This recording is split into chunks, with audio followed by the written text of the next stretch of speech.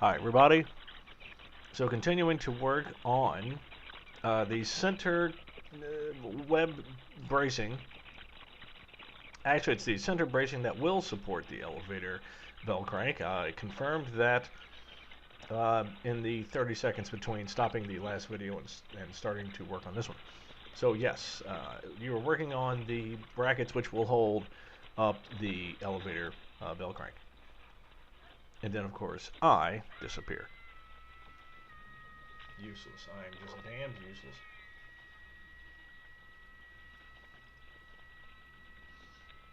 So that cross front piece that I was showing you before, really there's not much work that you have to do to it.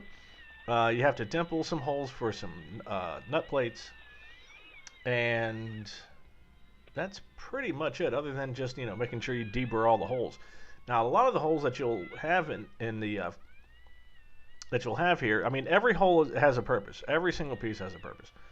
So if it's a lightning hole, you deburr them, but most of the time they're not touched. However, there are a lot of holes that will have conduit and wires or pitot-static lines running around. So you really got to be careful. You will wind up putting grommets through those, but those still need to be deburred.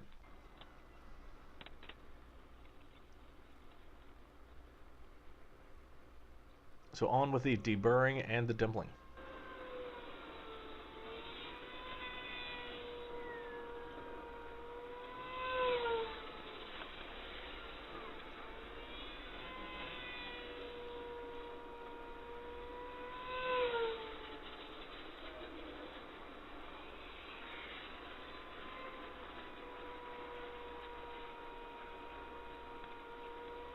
Oh, that's funny. This video is actually appearing to be running in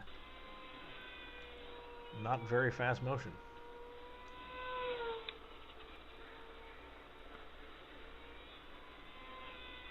Yeah, whichever. So anyway, the process of the tail cone is you kind of pre-make a bunch of parts, which are very simple. You work on this cross bracing that you'll hold the elevator onto.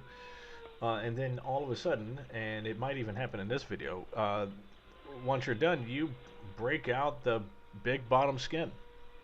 That's the one that's been sitting behind those shelves, that triangle of blue vinyl aluminum. It's been sitting there forever, and yeah, it's actually time to get the damn thing dimpled. I mean, that's all it says. It says, okay, take the very bottom skin and dimple all the number 40 holes.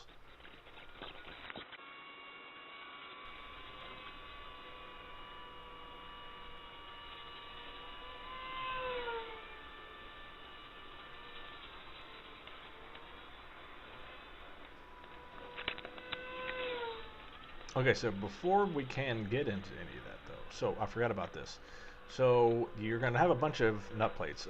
There's 9 of one kind, 2 of another, and you need to dimple the rivet nut plates first, and then go through and make sure that you rivet them in correctly, which I'm doing here.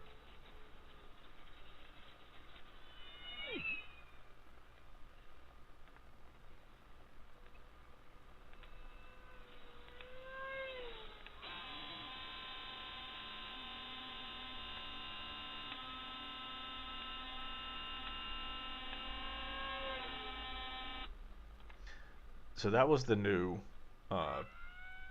air compressor going off. You'll notice it only went off for 2 minutes. For 2 minutes of compressor work, it will work pretty much for about 6 hours before I have to, and I mean pretty constant working before it has to refill. Love that new compressor. Cannot stress enough. You need to have a good compressor if you're going to do this. We had a little 5-gallon bell thing, and you all know it well. I've cursed it out many times. But it just doesn't have the oomph. It doesn't have the storage. It doesn't have any of it. So on to newer and better. So yeah, friend Shannon came by. She just got a hanger at the airport, which is good. I am a mere few spots behind her. So there's a chance that I can have my own hangar soon, which would be cool, even though I wasn't really expecting it this soon. So anyway, just kind of keep working on this, along with the battery angles. And maybe one of these days we'll get around to the skins as I'm just sitting there talking. So I will see you soon.